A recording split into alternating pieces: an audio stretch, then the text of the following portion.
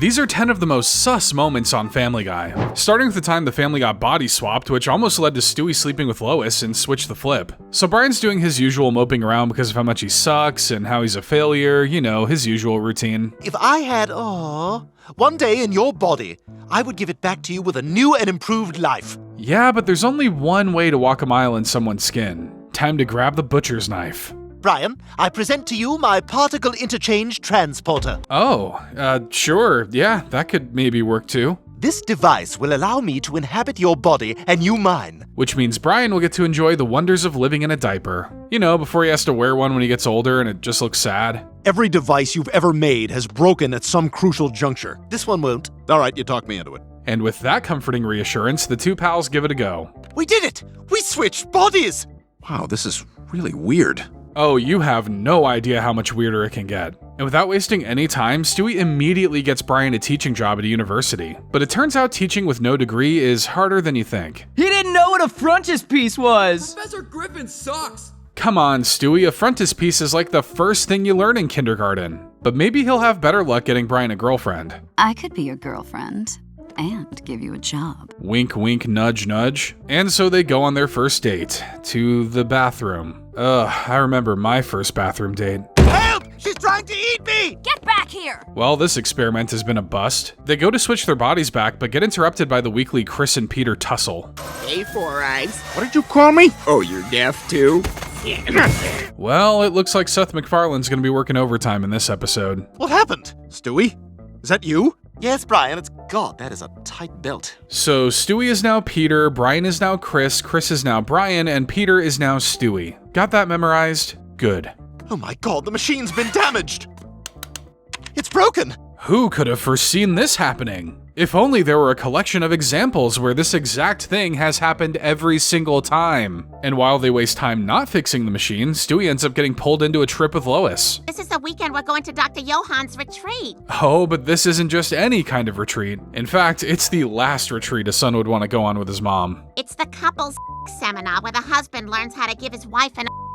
If there's one thing this show likes, it's putting the family in racy situations with one another. What are they trying to tell us? Gotta get here with the machine so I can fix it! Right, so I can take your place in Peter's body. At least someone has their priorities straight, but before they can make it to Stewie, they get sidetracked by the ghost of not really Brian's past. You owe my wife $100 for a lavatory misunderstanding. Hey, sugar. Lesson learned, kids. Bathroom dates always have consequences. So they manage to lose them, but crash the car into a telephone pole, which makes the particle interchanger shockwave across the city. We need to get to the Weekapog Inn fast. Can you drive us?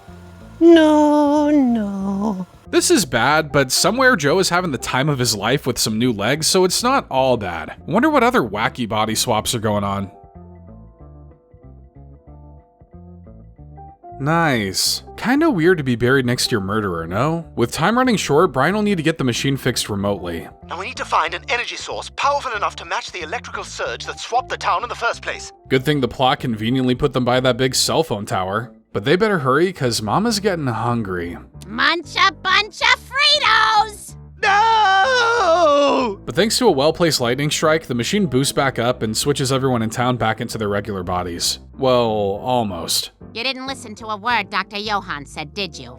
No, I did not. Well, I guess that's slightly better than Stewie doing it. But Stewie has been attracted to Lois before, especially during the time she became jacked after using her exercise bike in Mr. So in the shock of the century, Peter actually remembers that today is Valentine's Day. I'm often self-centered, confuse my words, and shellfish. But I love you today and every day.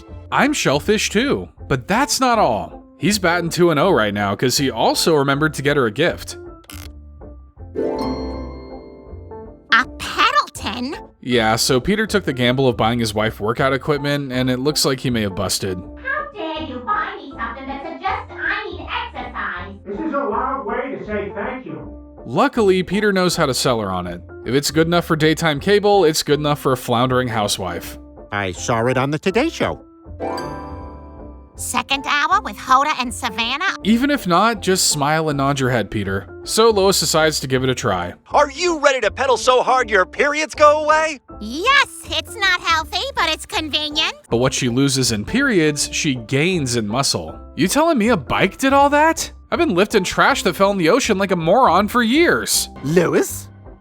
But you're hot. Aw, baby's first Oedipus complex. Don't you think she looks a little mannish? Mannish. Yeah, awesome, right? Ah, that makes a little more sense now. Not too much more, though. We're still talking about a kid being attracted to his mother. Even something as innocent as Lois playing with Stewie sends the baby's mind into a spicy, EDM-laced fantasy. It's like if the movie Ghost was written by that weird guy in your neighborhood who has to wear an ankle monitor. And if there's one guy who would love to hear all about how close Stewie's getting to Lois, it's Brian. How was your date? It's still going.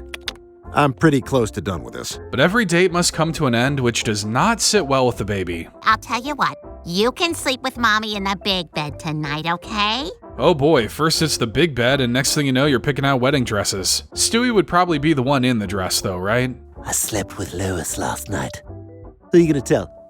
Chris? Chris may actually be the only one who'd be as jealous as Brian, honestly. But tonight is the night it is going down. I'm not so sure Stewie thinks he's doing what he thinks he's doing, but who could get in the way of his love for his mother? The answer is everybody. Everybody has a moral obligation to stop this from happening. After tonight, Cousin It isn't gonna be the only one covered in hair. Okay, nope, I'm out. Yeah, I'd be out too if someone used this guy while they were trying to do sexy talk. Then again, nope, I stand by what I said. So Stewie prepares the bed for the perfect night between him and Lois. Oh, well, look at you, Mr. Sleepyhead. Mind if I join you? Don't mind at all. But it looks like ripped Lois was only a phase, which means Lois was only a phase for Stewie. I used that Paddleton for 3 days. They said that was a world record. And I am out of here.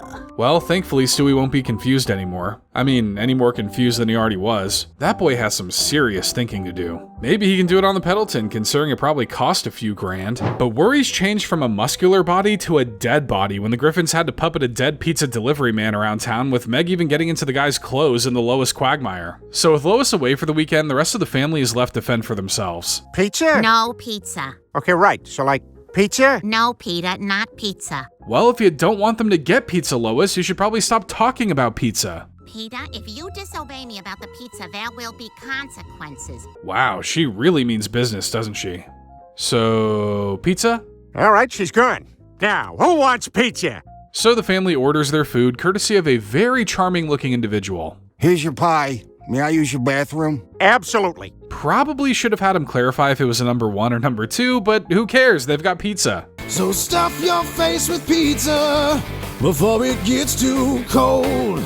Dang it, I knew this would happen. Now I want pizza. How fast do you think Domino's can deliver to the bottom of the ocean? But after they devour that pizza, they notice something odd. Is that guy still on the can? I'll check. Let's all check. Well, good thing that guy decided to take a dump with the door unlocked like a maniac. I think he's had a heart attack. He's dead. Hey, if dying on the toilet was good enough for Elvis, it's good enough for this guy. This is sad, but let's not forget the real horror of the situation. Your mother is gonna find out we had pizza. And that's the kind of fate that almost makes dying on the toilet look appealing. So since calling the police is out of the question, the gang needs to figure out what to do with the body. We should float him with balloons like an Up. Then he's the sky's problem. But a text from his phone reveals the man still had some pizzas to deliver after their house. The restaurant's gonna know ours was the last one he dropped off before he disappeared. So, like all those Christmas movies where someone has to step in to deliver presents for Santa, the Griffins have got to do the same with these pizzas. But look on the bright side, at least you're not having to go all over the world in the span of a night. So they all pile into his car and start their delivery journey. We deliver the pizzas and nobody calls the police. Now, where's our first stop? The police station. Yeah, should have seen that one coming. There are cameras everywhere. We can't be seen leaving those pizzas. But he can. Well, that leaves them with a few options. Necromancy, moving around like a big puppet, wearing his skin like that one episode of SpongeBob. All those in favor of Meg getting in the dead guy's clothes with him and scarecrowing him in, raise your hand. Sounds gross, but I think Meg's just happy to be pushed up against another person, even if they aren't alive anymore. So Meg flops about into the police station, but luckily Joe isn't the most perceptive cop. Well, if it isn't Georgie, my fourth best friend in the weirdly gray flesh. Aw, we may have been this close to Georgie joining the fellas down at the Clam. A true immeasurable loss. As if that wasn't weird enough, the next stop somehow tops it. I've been waiting for you, Georgie. I haven't eaten all day. It's one thing to deliver pizzas, but now Meg has to deliver in a completely different way. Godspeed, soldier. Well, there's only one stop left, and oh, come on. I ordered another pizza. Meg better be getting the biggest tip anyone's ever seen. Giggity. Well, the only reasonable thing left to do is to give him a sewer burial. He's stuck! Oh crap, it's Lois! And she's gonna be mad, but not about the dead body. You ordered pizza, didn't you? Yes, ma'am. Oh well, at least they gave the guy a heck of a last delivery route. Now please, Meg, go take a shower. But whether it be in the shower or in the bedroom, Peter would weaponize his nakedness to annoy Brian, forcing the dog to give him a taste of his own medicine in a Fistful of Meg. So Peter calls Brian into his room to ask an important question. You're a well-read guy, right? Well, I don't know. I guess when I read my Henry David, I tend to be pretty thorough. My guess is that the closest Brian has come to a Thoreau book is when a girl at the library throws one at him to stop him from hitting on her. Anyway, Peter's looking to have an intellectual conversation about the book he's reading. So now one of them builds his house out of straws, right? Now how the hell do you build a house out of straws? And suddenly this has become the oddest striptease ever. Maybe people are just discussing the narrative fallacies of the Three Little Pigs in the club now. Peter, what are you doing? I'm just getting ready for bed. What's wrong? You're naked. It's kind of messed up that we just change in front of our pets and they can't say anything about it, right? Well, Brian can at least, but he's always naked. Don't think that collar covers up what's going on down there. And Peter would continue to show he doesn't know the meaning of the word privacy. Peter, what the hell? What? What's the matter? What do you mean what's the matter? You're completely naked. I told you I'm not comfortable with that. Sorry, Brian, but Peter pays the bills, so he gets to treat the house like his own personal nudist colony. But it's just Peter who Brian has a problem with seeing nude. Lois, on the other hand... So I thought the only way to get even is for you to see me naked. Sure, I guess that makes sense, but Brian isn't going to dwell on the reasonings and specifics. His brain stopped working as soon as he heard the word naked. Ah! You thought you were gonna see my wife's but no, it's mine! Yeah, you know, he had it coming, honestly. That's why you always gotta think with your head and not what's between your legs. But in Brian's defense, Peter is starting to take this joke way too far. Oh God!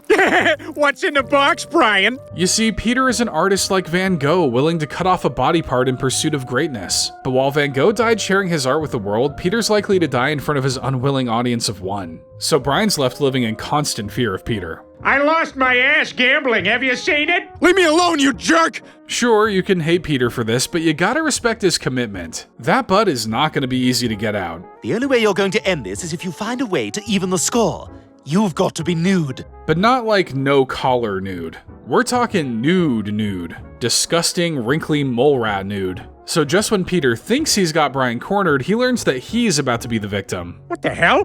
Hey, you looking for me? Oh, thanks, Brian. I was totally looking for an opportunity to vomit up half my body weight today. Ah, get away from me, you gremlin! I know this is supposed to be cathartic, but I'm gonna be honest, I'm having a hard time watching this. Why don't you rub my belly, pal? YouTube hates it when we show exposed chests on this channel. Are they gonna nuke our entire account for showing this? You gonna put your clothes on? Yes, I swear! Well, I guess that makes them even. Now please, for the love of all that is holy, both of you put your clothes and fur back on before the whole world is scarred for life. Oh my God, is that a rat? Peter, hold it down, I'm getting a gun! Now, why was Peter so eager to show off his nakedness to Brian to begin with? Seems like those two may have some pent-up frustrations they need to address. But Peter had frustrations with not knowing what a prostate exam was, leading him to become scarred for life by Dr. Hartman in Stewie Loves Lois. So Peter goes to the doctor to get his flu shot, but Dr. Hartman notices something strange on his chart.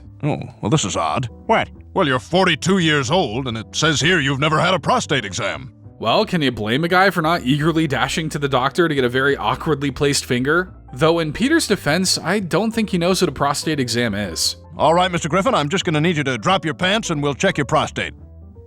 What? Geez, Hartman, at least buy the guy dinner first. But an unaware Peter does as he's told. Hartman really should have told him to think happy thoughts. So how's this work? You just feel my pulse, or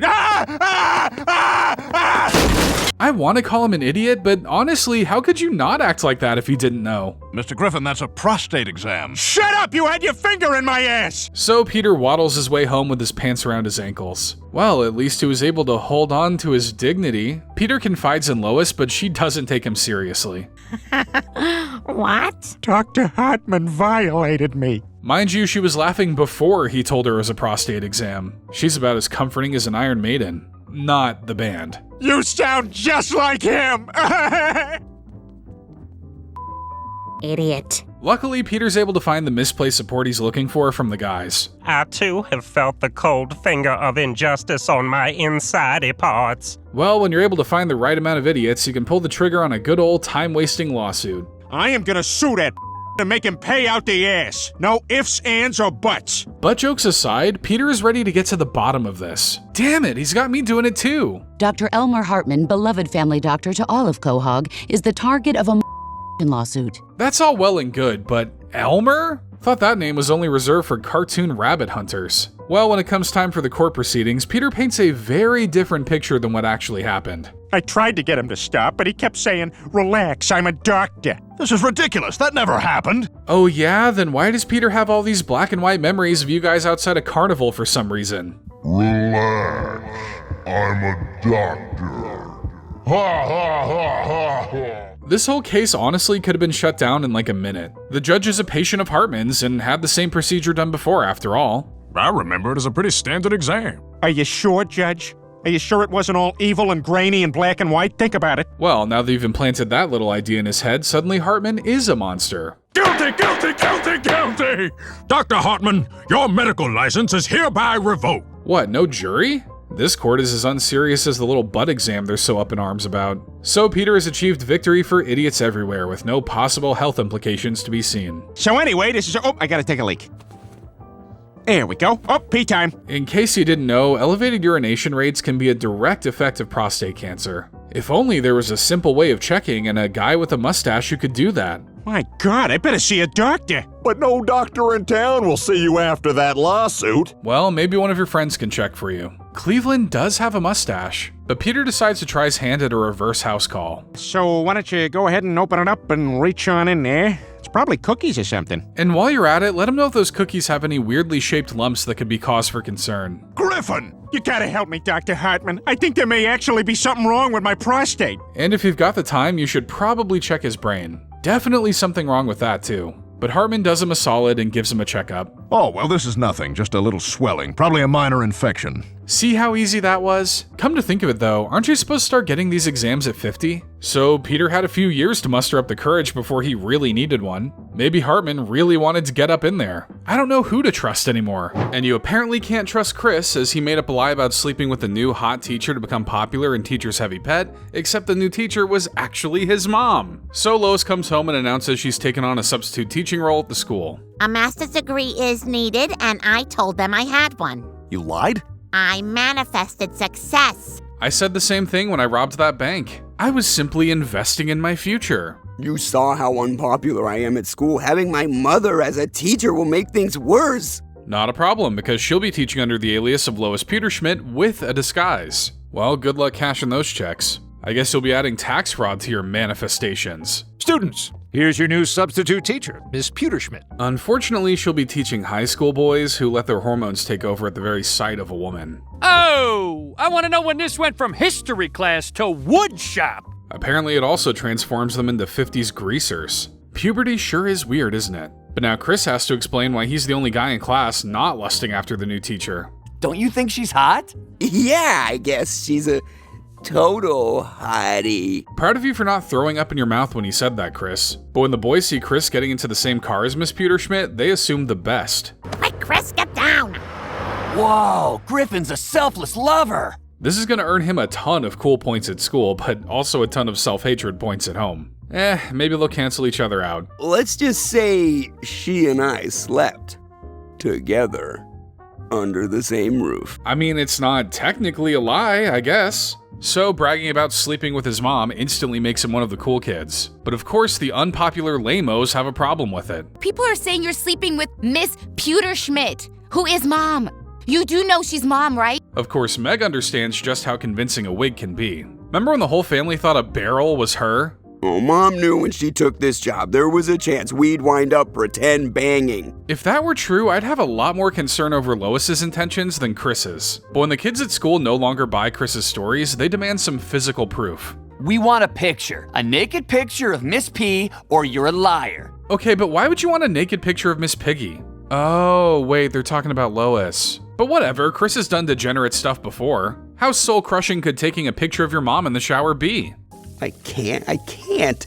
It's my mom. I'm not a dirtbag. Luckily, there's a real dirtbag present to give him that little nudge. That it has even gone this far means you are a dirtbag. Own it. Wise words from a man who will no doubt break out in hives from all that body paint. So Chris does the deed, securing his own eternal self-hatred. Awesome. Send it to us. Promise you won't share it. Chris, would a pair of kids who are only hanging out with you because they think you're sleeping with the teacher ever betray you? The short answer, yes. Miss Pewterschmidt is sleeping with a student. Here's the proof. That's her. When this is brought to Lois's attention, she immediately clears the air and plans to handle the situation herself. Now you are gonna march into school tomorrow and tell everyone the truth. That's one of those point of no return embarrassing moments. I'd start booking her flight to Canada to start a new life if I were you. But when it comes time to tell the truth, Lois realizes how much this will damage Chris, so she decides to step in. Chris Griffin was the biggest thing I ever had. Well, his popularity is saved, and all it cost was 6 years of prison time for Lois. I'd like to say that's an amicable sacrifice for a mom to make for her son, but the gross implications behind it make this a little too sus to applaud. But there's nothing suspect about being in love with a robot that's a literal copy of you, right? Well, that's what Brian experienced when he started to romance a robot Stewie built for him in Bry Robot. So it's Brian's birthday, which would be a fun time if you didn't have to make it all depressing. It's kind of a reminder that I'm now 1 year closer to death, with nothing to show for my time here. Oh sure, Brian, make your birthday all about you. For real though, I get that birthdays can be a harsh reminder of all the stuff you haven't done. I just want my story to live on, even after I'm gone. You know, I always did want to write my autobiography. I'm sure a book about an alcoholic, self-righteous dog would just fly off the shelves. I'd prefer to read that other book about you, Brian. You know what? Maybe I can lend you a hand, Brian. I'll help you write your biography. And by help, he means building a robotic replica of Brian. Whoa, assohoy. Classic. Stewie, this isn't a book. Mighty perceptive of you, Brian. Maybe you're not as dumb as you look. In a way, this robot is the kind of reflection Brian was looking for. It knows you and your mannerisms, and it will exist long after you're gone. Plus, who reads books now anyway? It's all about the machines that'll learn to kill us any day now. He will evolve as he gathers more and more data.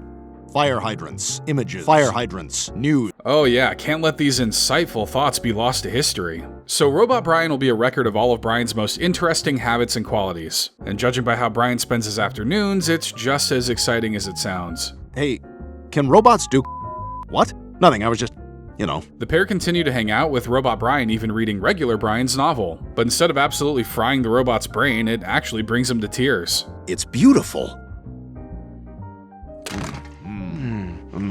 There's self-love, and then there's the kind of self-love that should never see the light of day. Any guesses which one fits them? It's almost like Stewie saw this coming a mile away. Your robot has a rear panel sensor. Every time it's triggered, I get a text, like a Google alert. So Brian just gave himself up to himself on the first date. Now this is a legacy worth writing a book about. Okay, I admit it. I'm not made of stone. I fell for me. Somehow Brian has found something more pathetic than making out with your reflection, which is a thing I've been told people do, but it doesn't take long before Brian's habits start to annoy Brian. Sounds like that water is pretty refreshing, huh? Excuse me? No, nothing. You just made a weird noise. So not only does the robot reveal Brian's love for himself, but it also reveals Brian's own internalized hatred of himself. Now that's something hours of therapy just can't accomplish. What? What? I do not laugh like that. But Robot Brian could only learn to laugh like a stabbed seal from Brian. I hate you! Which means I hate me. Ding ding ding, that's the answer we were looking for. Your prize is an all-expenses-paid trip to realizing your own mediocrity. You wanted to write your autobiography, and I needed to show you that no one wants to read your autobiography. A little harsh, but Brian needed to hear it. If the only way to get Brian to realize his shortcomings is to have him make out with himself, then hey, who am I to question the process? But we'd be right to question Peter's idea to marry Chris in order to get in on his son's new inheritance in fresh air. So Chris is trying to spend some quality time with his father, but if you're not 45 inches wide with a glass screen and access to cable television, Peter doesn't want anything to do with you. You promised we'd go fishing. Chris, I was just lying to you so you'd go away. Well, at least he's honest about his lying. Sounds oxymoronic, but you get what I mean. Well, maybe there's another older man that Chris could spend some time with. Not that one. You've got a grandpa who could use your help right now. I'm sure he'd enjoy spending time with you. So while Carter is laid up in bed, Chris spends time with him in ways only a grandson and grandfather can. And the worst part about it is I can't have God, I wish there was a way I could just do it myself. Unfortunately, Carter's come to the right teenage boy, who's also the wrong teenage boy for a myriad of reasons. Hey, next time I want to try it with my hand. You know, maybe I should just start covering Bob's Burgers. They don't cover anything this scarring. And once Carter's fully recovered, he wants to pay back Chris for his kindness. I want to give you some money for all your time. Come on, you don't have to do that. Wow, how noble of you, Chris. But also, what are you doing? Take the money! Surprised by his maturity, Carter decides to reward him in a slightly different way. I have decided to change my will and name my grandson Chris the sole heir to the Pewterschmidt fortune. Good thing he'll be dead, because Chris is probably going to tank that company. And of course, the last person Carter would ever want his money to go to is mad about the whole thing. Did you marry me for my money? Of course not, Lois, but even you can't deny it was always going to be a huge perk. That was just a long way for him to say yes. So if he wants a taste of that future fortune, Peter's going to have to start sucking up to Chris. Oh boy, hot dogs and Nintendo, huh, Chris? He's literally doing the meme, but Peter quickly tires himself from all the schmoozing he's doing. It's too bad he couldn't just marry into the money like he originally planned, right? Wait, no, Peter, it was just a joke. It was a joke. Wait a minute. You guys just gave me an idea. Uh-oh. Chris Griffin, will you marry me? Come on, guys, it isn't anything weird like you're thinking. He just wants to be legally bound to his son so he can mooch off of his inheritance. This happens all the time in the real world. Why do you even want to marry me? It's time to settle down and simplify things. Yeah, divorce is a pretty simple proceeding that famously costs no money. Chris sees through his father's intent, but seeing as how he'll finally be able to spend time with him, Chris agrees. Then yes, I will marry you, Dad. Oh, that's wonderful news! And terrible news for any state willing to sanction this thing. So the father and son head to Vermont where they can finally become husband and husband. Stop the wedding! Lois, how did you find out about this? Probably because father-son weddings aren't exactly forgettable news. Twitter would be having a field day with this right now. Chris, come on. We're going home. He can't make you do this. But Mom, I want to do this. So if you ignore all the suspicious implications that come with the son wanting to marry his dad, I guess you could see it as a loving gesture to spend more time with your role model. That's a bigger stretch than Stretch Armstrong, but maybe there's something there. And if being married means I get to spend even more time with my dad, then it's worth it. Realizing he's been taking advantage of his son, not like that, Peter decides to back out of the whole thing. Chris Griffin, will you be my son? Yes, Dad. Well, that's a relief, especially now they don't have to decide whose last name they're gonna keep. But when Brian and Stewie decided to keep a nightmarish, artificially created pregnancy, their relationship was put to the test by a litter of horrifying human-dog hybrids, and Stewie is Enceinte. So Stewie's trying to get some quality time with Brian, but this dog with no job and no friends is just too busy. I can't, I got plans. I'll see you later. Oh, sure, maybe another time. Now, don't act too desperate, Stewie, especially in front of your boy toy, Rupert. You know how jealous he gets. When Stewie tries to get Brian to join in on whatever the hell that is, he once again shoots him down. There he goes again. He's being so standoffish. I don't understand. But Stewie gets some inspiration from seeing Joe, Bonnie, and Susie together. The absolute worst inspiration anyone could possibly have, I should add. Having a baby seems to have made them closer. Babies save relationships. But unfortunately, by the good grace of Mother Nature, human and dogs can't have babies. Like that's gonna stop this Pampers-wearing maniac. I was thinking we should talk about having a... This isn't fun for me, watching you text. This is the guy you want to have weird nightmare babies with? Aim higher, Stewie. Know your worth. This is serious, Rupert. I'm losing him. If we're going to fix this relationship, we need a baby, and we need it now. So with a little bit of Brian's DNA and a nifty fertilization machine, Stewie is ready to get pregnant. A phrase that was not on my bingo card of things I thought I'd say today. I smell pee. Yes, you do, Brian. Firstly, get your pee stick off the kitchen table. Secondly, I think you're gonna have to be a little more direct with Brian. Brian, we're pregnant. Oh my God! And he hasn't even put a ring on it yet. Ooh, the neighborhood moms are gonna be gossiping about this all week. Why would you even do this? I thought you'd be happy. Yeah, because horrendous crimes against reason and nature are right up Brian's alley. Luckily, there are ways out of this. Ooh. Is it dead? You hit me! What kind of monster hits a pregnant toddler? Despite everything, Brian sticks it out with Stewie all the way up to the day of the delivery. And if you think real birth is stressful, you might want to buckle up. Also, stop eating if you are. I need you to take me to the hospital. Why? My water just broke. Oh my God! But this weird circumstance deserves a weird birthing experience. something similar to the roadside birth scene from Men in Black. Careful, don't get anything on the seats. RIP to that Prius's resale value. Oh, but Stewie isn't done quite yet. He's got a whole litter up in there. Kill me! This hurts too much! Holy what is happening? That's the miracle of life, Brian. The gross, horrifically incomprehensible miracle of life times 6 or 7. So Brian and Stewie are left with a handful of little crimes against humanity. But to every dark storm cloud, there is a silver lining. You do have a son that you were never there for. This is your opportunity to do things differently. Actually, if I were Brian, I'd do the same thing he did with his first kid. Run. But the pressures of childcare begin to weigh down on them. This one's bones all feel loose.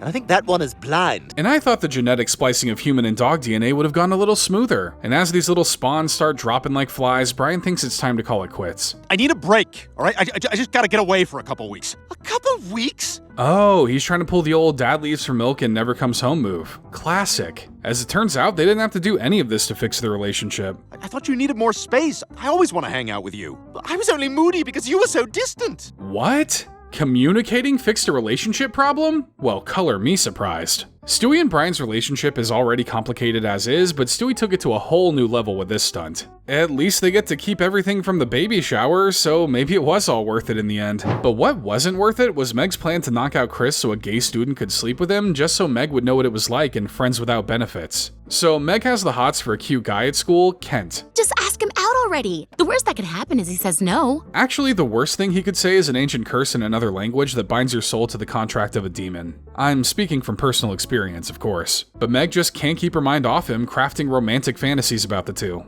Oh, Kent, this is all I ever wanted. I feel the same way, Meg. I know it's a common scene in mushy romance stories, but riding a horse naked does not sound enjoyable at all. Plus, just think of how the horse feels. Oh, I can't do this anymore. I've just gotta ask him out. So Meg looks for some support from her mom when it comes to asking a guy out. Of course it's appropriate. It's also sad and desperate, and I would never do it. Yeah, everybody wants you, Lois. Maybe Meg just needs to inherit a little bit of your ego. Just wondering if you maybe wanted to hang out sometime? Sure. See? You miss 100% of the shots you don't take. I proudly average 98% misses when I play clam hockey, but that's neither here nor there. So the two go to what I guess is makeout theater, though Kent doesn't seem to get the memo. Boy, it's kinda chilly in here. Really? You got big sweat marks under your boobs.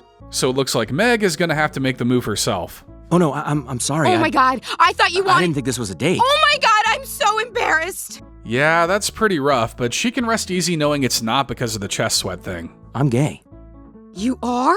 They agree to just remain friends, but Meg's intentions haven't changed. She must think he's only gay because he hasn't had her. Well, I'll help him figure things out.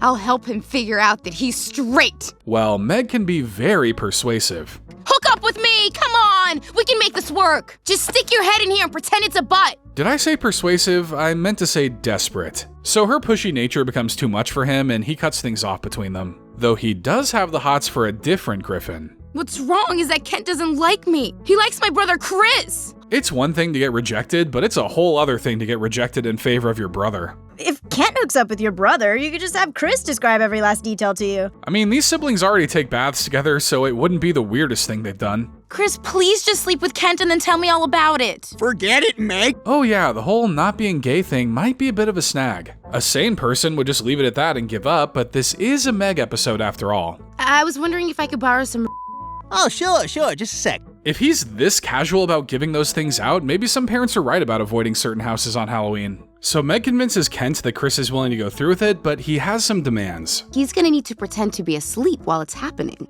Oh, he's a snooze juicer. That's not a thing.